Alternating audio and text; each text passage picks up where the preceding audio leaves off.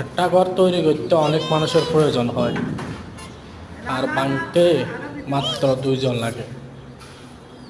আর সোহাগ ভাই, এটা বানাতে ম্যাক্সিমাম 10-12 জন শ্রমিক কাজ করছে, আর আমরা মাত্র 2 জনে মিলে ঘরটা ভাঙিলেন। আচ্ছা যাক, এখন কিন্তু ঘরটা ভাঙিলে নতুন ভবন তৈরি করবে, কেন নতুন ঘর দিব, বিল্ডিং দিব, ফাউন্ডেশন করবি, এজন্য ভাঙিলে।